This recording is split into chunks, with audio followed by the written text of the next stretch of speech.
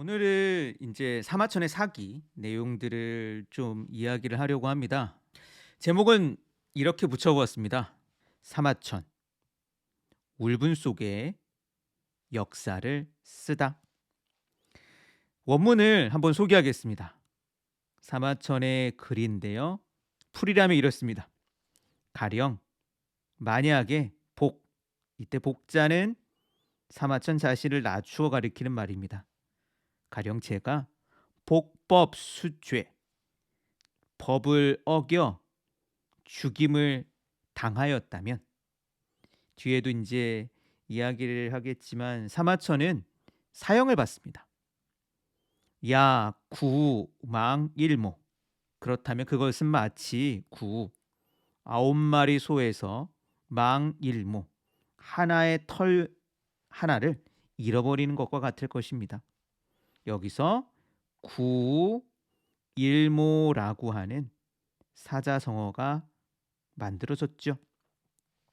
여루의 하이이.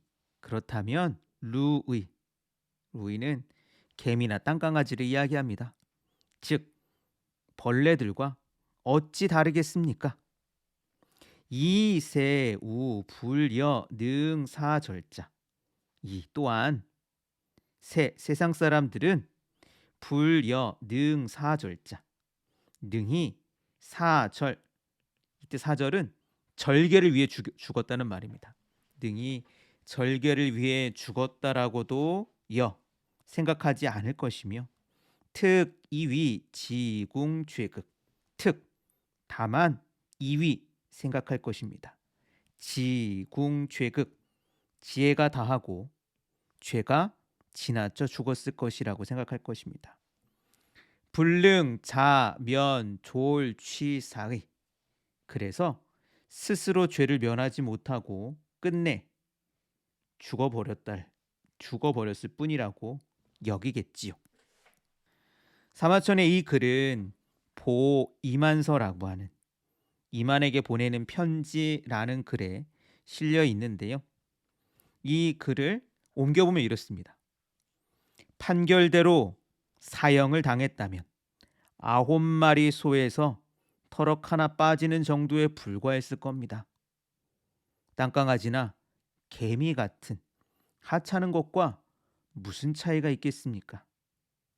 사람들은 절개를 위해 죽었다고 생각하지도 않을 테고, 어리석게도 큰 죄를 지어 스스로 죽음을 자처했다고 여길 것입니다.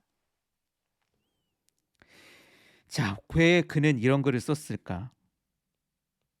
오늘 사마천의 역사 서술을 소개하고요. 그리고 그의 생애를 좀 소개하려고 합니다. 고대 역사의 기록 방법으로는 크게 두 가지 방법이 있습니다. 그래서 역사 공부하실 때 이 내용을 예전에 학교 같은 데서 배우셨을 겁니다. 하나는 편년체, 다른 하나는 기전체가 있습니다. 편년체라고 하는 것은 사건이 일어난 순서대로 간단하게 기록해 두는 것을 이야기합니다. 날짜와 사건을 건조하게 쭉 나열해서 기록해 둔 걸 이야기하죠. 대표적으로 춘추라고 하는 역사책이 있습니다. 우리가 잘 아는 조선왕조실록 같은 경우도 편년체 서술을 따르죠. 조선왕조실록의 기록 가운데 아주 유명한 부분을 제가 인용해 놓았습니다. 태종실록 7권, 태종 4년 2월 8일 김요일에 있었던 사건입니다. 이렇게 기록되어 있습니다. 안개가 끼다. 의정부가 행제소에서 연향을 베풀다. 태상전과 상왕전에 사슴을 바치다. 임금이 사냥하다가 말에서 떨어졌으나 사관에게 알리지 못하게 하다. 태종실록이니 이 기록은 태종 이방원 때의 기록인 거죠. 역사를 제가 찾아보니 1404년, 지금으로부터 약 600년 전 일입니다. 이 기록이 되게 짧아요. 이게 전부입니다. 당일에는 별로 중요한 일이 없었나 봅니다. 그래서 임금이 사냥을 나가 사슴을 잡았는지 태상전과 상왕전, 즉 태상으로 있던 아버지 이성계와 상왕이었던 형 이방과에게 사슴을 바친 기록이 있습니다. 흥미롭게도 이 기록에 이어서 이 부분이 실려 있죠. 사냥하다가 말에서 떨어졌으나 사관에게 알리지 못하게 하다. 사관, 그러니까 역사를 기록하는 사람에게 나 사냥하다가 말에서 떨어진 거 쓰지 마 라고 한 것을 굳이 적어둔 거죠. 뭐 이것을 두고 평가가 여러 엇갈리긴 하지만 흔히 이러한 어떤 기록의 정신을 실록의 정신이라고도 합니다. 가능한 꼼꼼하게 기록해 두어 후대의 평가를 받도록 한다라는 뜻인 거죠. 맹자는 이렇게 이야기합니다. 공자가 춘추라는 책을 짓자 난신적자가 두려워 떨게 되었다.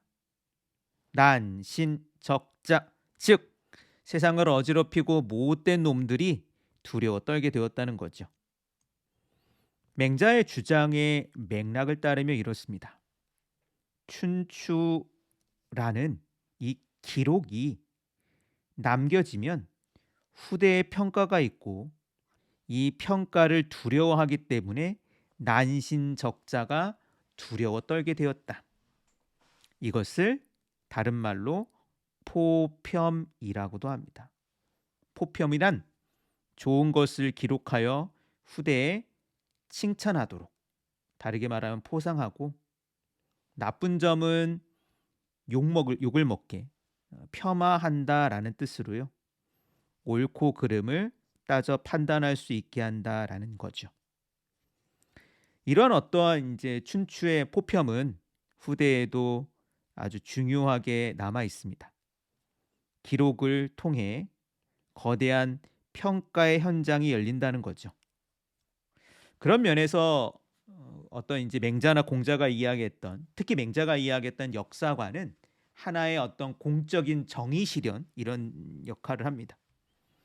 오늘날은 남아 있지 않지만, 네, 남아 있긴 하죠. 건물로는 청와대에 원래 있는 프레스 센터가 이름이 춘추관이었죠. 바로 이런 맥락 때문입니다.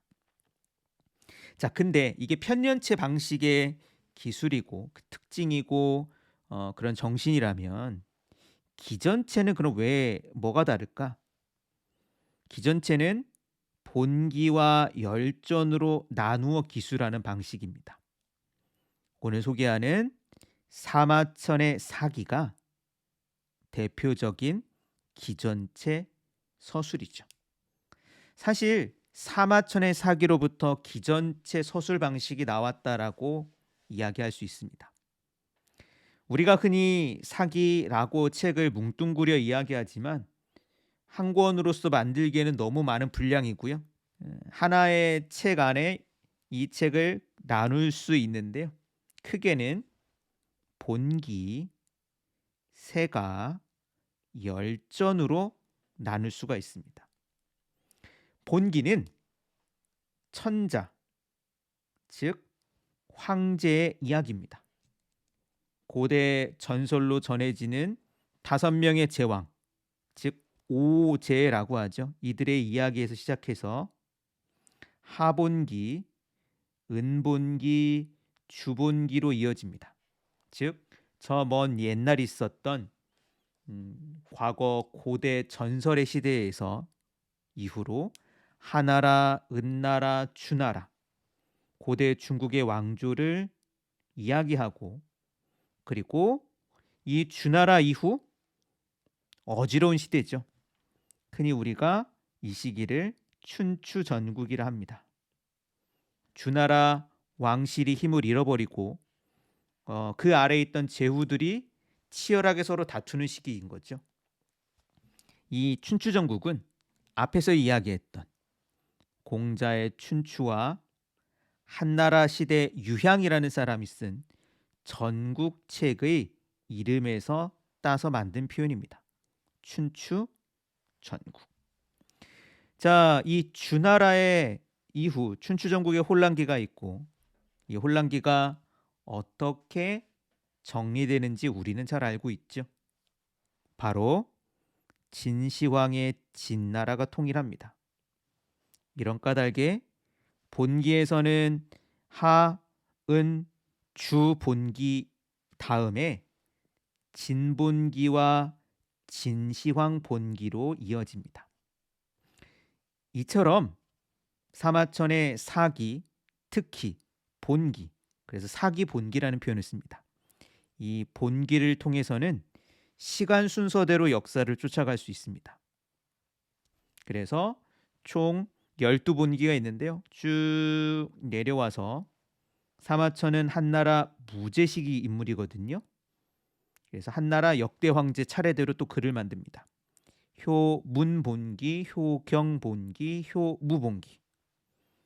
여기서 효라고 하는 표현을 들어간 건 한나라 황제들을 이 호칭 앞에 습관적으로 효자를 붙였기 때문에 그렇습니다. 이런 식으로 본기는 고대 제왕의 역사적인 순서를 볼 수가 있습니다. 물론 이것은 의미가 있죠. 그러나 또 한계도 있습니다. 흔히 역사를 두고 승자의 기록이라 하잖아요. 어떤 사람들은 제왕의 기록이라고 하기도 합니다. 권력을 손에 쥔 사람이 이야기의 주인공이란 뜻이죠. 어떤 나라였는지, 누가 임금이었는지가 중요한 건가? 우리는 질문을 던질 수 있지만 옛날에는 그런 질문들이 많이 적었죠. 그래서 이런 관점에 쓰여진 역사, 승자의 기록과 제왕의 기록의 역사를 공부하면 당시 사람들의 삶에 대해서는 알 수 있는 게 많이 없기도 합니다. 이런 관점에서 오늘날은 이러한 어떤 승자의 기록, 제왕의 기록을 보완하기 위해 미시사 혹은 생활사 연구가 있죠. 즉 너무 길게 통사적으로 우리가 시계를 볼 것이 아니라 각 시대의 밑으로 가서 보다 구체적이고 작은 일들을 주목해 보자. 구체적으로 사람들이 어떻게 살았는지를 보자. 사람들의 삶의 구체적인 모습에 더 다가가려고 하는 노력들입니다.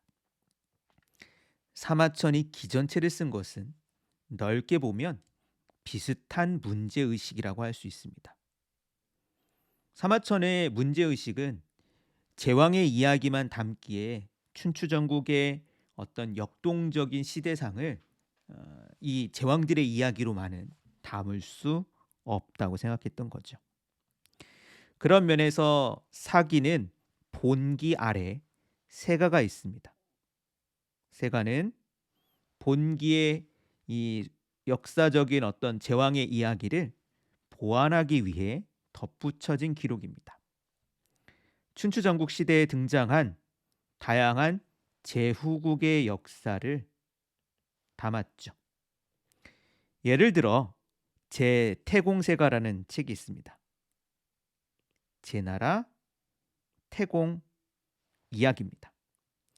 이 태공은 우리에게 강태공으로 잘 알려져 있는 바로 강자라는 인물인데요. 제나라가 이 강태공, 강자를 시조로 삼아서 제태공세가라고 이름을 붙였습니다. 이 제태공세가를 통해서는 제나라라고 하는 나라 이야기를 이 춘추전국 시대에 어떻게 있었는지를 알 수 있죠. 그런 면에서 세가를 통해서는 춘추전국 시대에 있었던 여러 나라들의 개별 역사를 차례대로 또 살펴볼 수 있는 장점이 있습니다.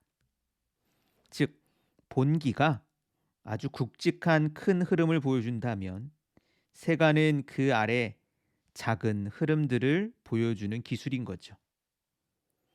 그리고 이런 흐름들을 기술하는 방식으로 본기와 세가는 대체로 편년체 방식으로 서술되어 있습니다. 어떤 임금의 몇 년, 몇 월, 며칠에 어떤 사건이 일어났다. 며칠까지는 안 나오는 것 같네. 그러고 보니까. 네. 이런 식으로 기술되어 있습니다. 자, 근데 사마천은 사기에서 본기와 세가 이외에 열전을 지었습니다. 자, 이런 수직적인 어떤 시간의 흐름이 있다면 이 흐름을 가로지르는 사람들 개개인을 열전에 담았습니다. 본기와 세가가 역사의 물결을 보여준다면 열전은 그 물결을 따르기도 하고 거스르기도 하는 개별적인 물고기들에 주목했다고 할 수 있죠. 그 결과 이 사마천의 기전체, 특히 기전체는 본기와 열전을 대표적으로 이야기하는 건데요. 이 본기와 열전을 함께 기술하는 서술을 통해서 보다 역동적으로 역사를 보여주고 있습니다. 자, 근데 흥미롭게도 본기와 세가가 하나의 그냥 거대한 흐름들을 보여준다면 열전은 그 흐름들을 보여주는 것 이외에 아주 구체적인 사람들의 삶에 주목하면서 매우 생동감이 넘칩니다. 한 인물을 중심으로 주요 사건들을 소개하면서 또한 그 인물의 감정까지 사마천은 묘사를 합니다. 그래서 사마천의 사기 열전을 읽으면 역사를 읽는다는 것보다는 개개인의 삶의 이야기를 듣는 것 같기도 합니다. 예를 들어 본기나 세가가 뉴스라면 열전은 일종의 드라마라고 할 수 있을 법합니다. 혹은 본기나 세가가 정치 사회면에 실리는 딱딱하고 재미없는 이야기라면 열전은 흥미진진한 사연을 지닌 인물들이 펼쳐내는 재미난 이야기라고 할 수 있습니다. 이런 까닭에 저는 때로 열전을 소개하면서 사마천의 인간극장이라고 이름 붙여보기도 합니다. 인간극장이라는 어떤 프로그램을 통해서 우리가 여러 사연을 가진 사람들을 만나보잖아요. 그런 것처럼 사기 열전을 통해 옛날 사람들의 삶을 구체적이고 생생하게 만날 수가 있죠. 자, 그런 면에서 사기는 편년체 서술과는 다르게 기전체 서술로 특히 여기서는 열전이 사실 그래서 중요합니다. 네. 개별 사람들의 삶에 주목했고 그것은 편년체 서술에 있었던 포편의 정신과는 다르게 구체적인 인간사에 혹은 뭐 인생이라고 할까요?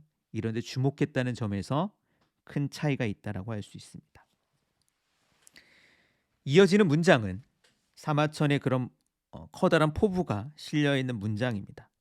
이만에게 보내는 편지에서 사마천이 이렇게 말합니다. 구자는 이제 좀 살펴보았다는 뜻입니다. 천인지제, 하늘과 사람의 제 사이를 살펴보았고 통고금지변, 통자는 통괄한다라고 해서요. 옛날과 오늘날의 변화상을 살펴보았으며 성 일가지연, 일가의 말을 이루었다. 글쎄요. 이제 사마천은 그런 면에서 보면 사마천에게는 역사를 기술한다는 것 이상의 어떠한 다양한 포부나 꿈이 있었던 것 같고요. 그러한 꿈을 어, 위해 열전이라고 하는 그리고 본기와 열전을 통해 기술하는 기전체라고 하는 독특한 서술 형식을 만들어냈다라고 할 수 있지 않을까 싶습니다.